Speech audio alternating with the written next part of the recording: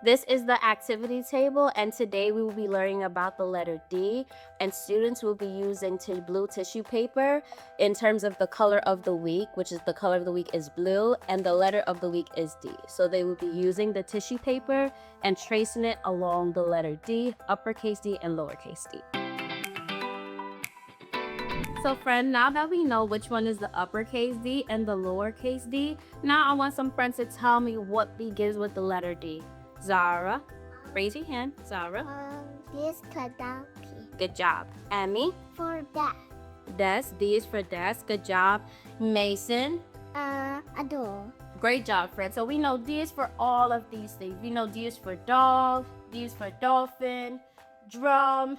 Donkey. Duck. Desk. Stair. Dragon and door. Great job.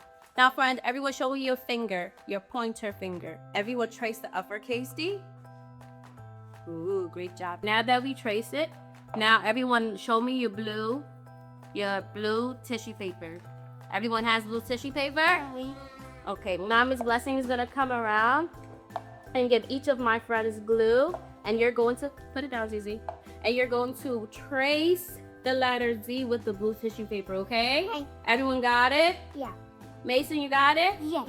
Nyla, you got it? Yeah. Lena, you got it? Yeah. So they're putting tissue paper on the letter D. So what it does is it helps them to also understand the way how the letter D is shaped.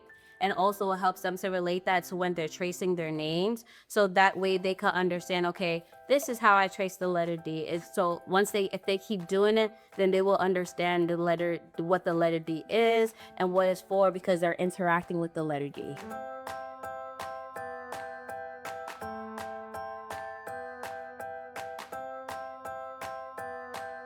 So now we finished our project today, our project, which was the letter D.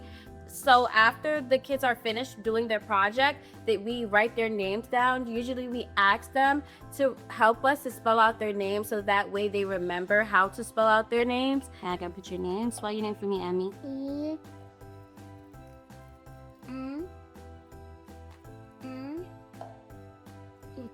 Great job, baby. And once we're done, we hang it to dry, and then we post it up in the classroom so that when parents and families, they come to visit, they can see the work that the kids have done throughout the day. And we also take a picture of them while they're doing it, and we send it to parents on Brainstorming so they can see what their kids do throughout the day.